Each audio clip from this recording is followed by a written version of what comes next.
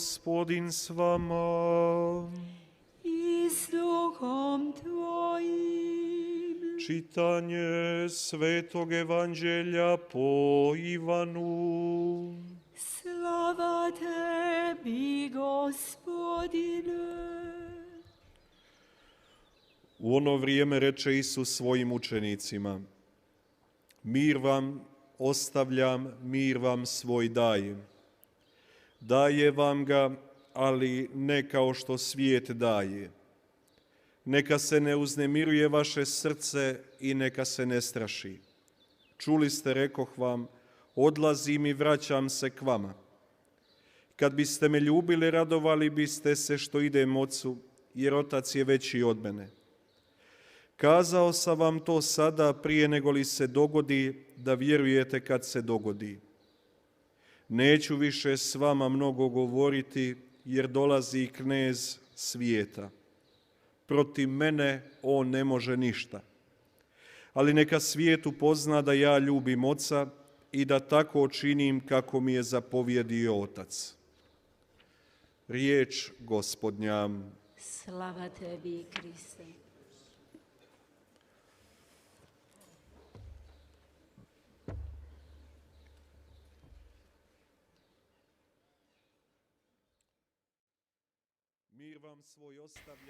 내 평화를 너희에게 준다.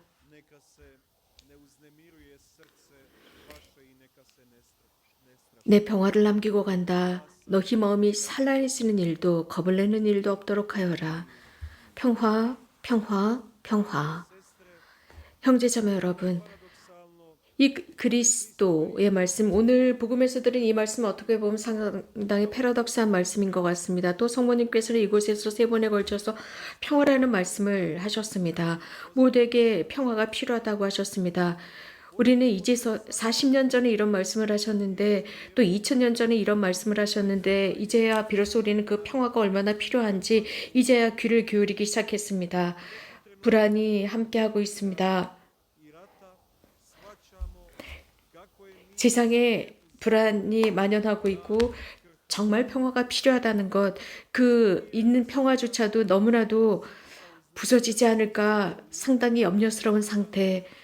사람들의 마음은 산란해져 있습니다. 겁을 내고 있습니다. 왜 이 시기 우리는 무엇인가를 증언하려고 하는 것일까요? 우리와는 좀 더 멀리 떨어져 있는 전쟁입니다. 그러나 그들은 정말 무고하게 많은 사람들이 죽어가고 있고 고통당하고 있고 가정이 해체되어 가고 있습니다. 악이 모든 것을 파괴하고 있고 황폐화시키고 있습니다. 우리는 이 부분에 관해서 무엇을 증언할 수 있을까요? 60년 전이었습니다. 즉 2차 대전이 끝난 지 18년밖에 되지 않았던 그때 많은 여러 분열이 있었고 동서양의 분열이 있었고 냉전 시대가 있었습니다. 그리고 쿠바의 위기가 있었습니다. 당시에 교황님, 현재는 성교황 요한 23세께서는 중요한 회칙을 선포하시게 됩니다. 이 회칙을 통해서 평화에 관한 당신 부분의 공헌을 하고자 하셨습니다. 당시에 대단히 큰 위험과 위기가 있었습니다. 이것은 파치스 인테리스라고 하는 문서입니다.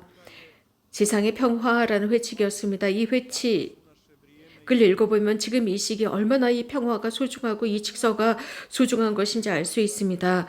교황님께서는 폭력에 관한 말씀도 하십니다.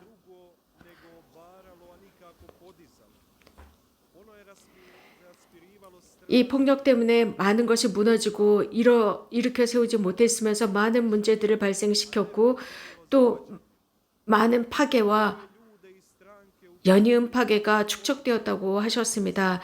이렇게 여러 다양한 부정적인 경험을 한 뒤에 이런 불협화음 뒤에 여러 가지 많은 것들을 해오려고 노력해 왔습니다. 우리들에게 분명한 것이 있습니다. 적대적인 권력으로는 평화를 이룰 수 없다는 것입니다. 무기로는 평화를 이룰 수 없다는 것입니다. 그래서 비무장이라고 하는 것, 이 비무장이라고 하는 것이 영원 속까지 들어가지 않는다면 평화는 이루어질 수 없다는 것입니다. 우리 모두가 비무장을 하면서도 서로가 신실한 마음으로 평화를 원한다면, 그리고 그 평화를 실현하는데 앞장서야 한다는 것입니다. 모두가 비무장이라고 하면서도 남모르게 무기를 축적한다면 이것은 평화를 이룰 수가 없습니다. 평화의 임금이라고 하시는 분, 그분께서 분명히 우리들에게 가르치시는 것은 평화는 서로를 존중해주고 서로의 신뢰를 존중하는 데서 평화가 오는 것입니다. 평화는 최고의 덕입니다. 최고로 아름다운 것입니다. 물론 사람이 좋은 의지로 이 평화를 위해서 있는 힘을 다해서 그 평화를 위해서 혼자 일을 한다면 어떤 누구도 평화를 이룰 수가 없습니다. 왜냐하면 교황님께서 언급하시는 바에 의하면 전능하신 하느님의 도움이 필요하다고 했습니다. 모든 이가 평화를 위해서 일해야 하는 것입니다. 그래서 가능하다면 모두가 하느님의 나라를 반영시키는 것이 평화여야 합니다. 약 2000년 이후 제2차 바티칸 공의회 에서 이것이 계속 지속되어 왔고 사목헌장에서도 이 말씀이 언급되었고 기쁨과 희망에 관해서 언급하고 있습니다. 그래서 희망이 무엇인지 강조하고 있습니다. 그것은 전쟁이 없는 상태가 평화가 아니라 평화는 적대적인 권력 사이에 균형으로 끝나는 것이 아니라 하느님께서 만들어주신 그 평화를 진심으로 원해야 합니다. 사랑으로부터 나와야 합니다. 이웃을 향한 사랑에서부터 출발하고 그리스도의 평화로부터 출발해야 합니다. 전능하신 아버지께서 보내신 아들이십니다. 곧 하느님의 아드님께서 우리들에게 보여주신 그 평화, 그것은 십자가 위에서 모두를 하느님과 화해시키셨고 새로운 관계를 맺게 하셨습니다. 새로운 일치였습니다. 모든 사람들을 한 민족, 한 몸에 일치시키셨고 그 한 몸으로 일치시킴으로써 증오를 없애시고 부활하신 영광스러운 몸으로 인간의 모든 적대적인 관계를 해결해 주셨습니다. 하지만 사람은 늘 전쟁을 할 위기에 처해 있습니다. 위협이 있습니다. 그래서 예수 그리스도께서 재림하시기 전까지 이런 위험이 있습니다. 사랑으로 죄를 넘어선다면 폭력도 넘어설 수 있습니다. 형제자매 여러분, 모든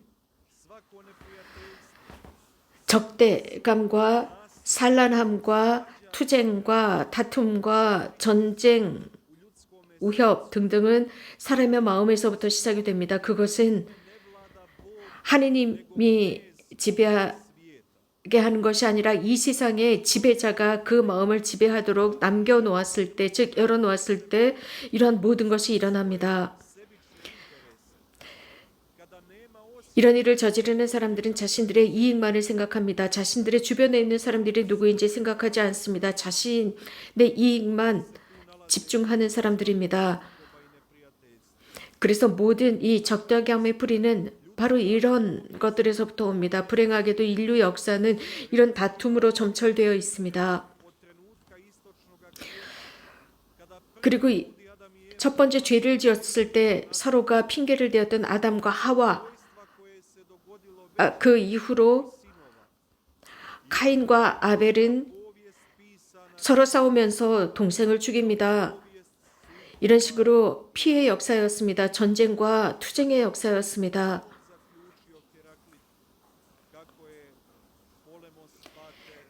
고네모스, 스파르타스 모든 전쟁의 아비가 되었습니다. 우리는 지금 전쟁을 보고 있습니다. 그것은 나라 간의 전쟁이 아니라 부부 사이의 싸움, 가족 안에서의 싸움, 자녀들 사이의 싸움을 보고 있습니다. 결혼 생활이 파괴되고 친족들 간의 싸움, 형제자매들 사이의 다툼이나 이웃들과 직장 동료들 사이의 다툼 등 같은 방식으로 생각하지 않아서 오는 다툼, 이러한 모든 것을 초월하지 못한다면 이것은 계속 연결되고 아주 위험한 것이 됩니다. 그래서 우리가 말하는 다툼, 투쟁, 전쟁으로 번져나갑니다. 여러 다양한 다툼의 뿌리, 여러 다양한 전쟁의 뿌리는 인간의 마음에 있습니다. 교만한 마음은 죄로 갇혀서 어두움에 짓눌리고 불안과 초조에 짓눌립니다. 그리고 이 세상의 지배자에 의해서 조종당합니다. 형제자매 여러분, 이 미사를 시작하면서 말씀드린 바와 같이 오늘은 성 파스칼을 기념하는 날입니다. 바일론의 성 파스칼입니다. 프란치스칸이었고 16세기 때 스페인 출신입니다. 성 파스칼의 덕은 성인이 될 수 있었던 성 파스칼의 덕은 복음의 작은 부분이었습니다. 겸손을 실천한 분이었습니다. 그래서 인간의 그 위대함 숨겨진 작은 곳에서 발견했습니다. 이것은 아시시의 프란치스코 성인처럼 파스칼 성인도 깨달으셨습니다.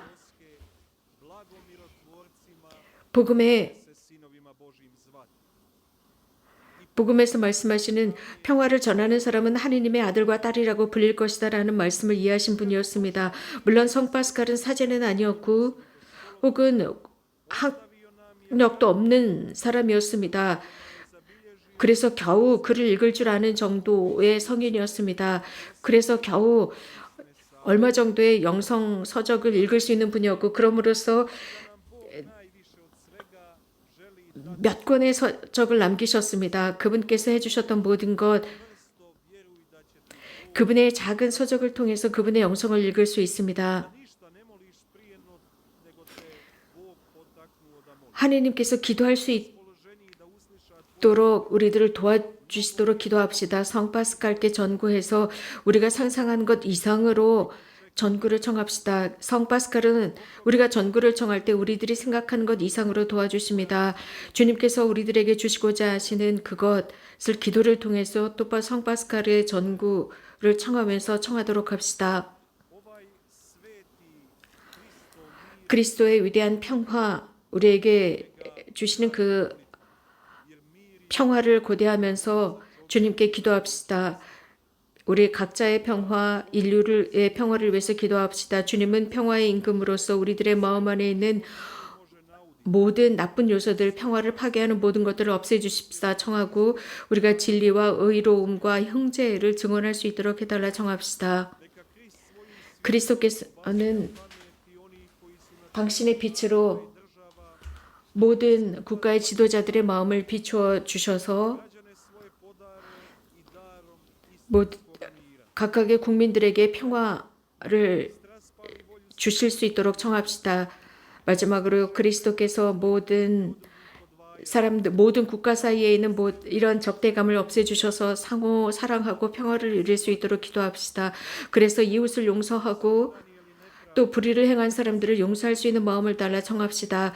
그래서 모든 국가 지도자들이 모든 민족들, 모든 나라 국민들을 형제로 받아들이고 화해하면서 평화를 이루어 나갈 수 있도록 기도합시다. 예수님, 당신의 어머니, 우리들의 어머니 평화의 모후를 통해서 청하나이다. 아멘.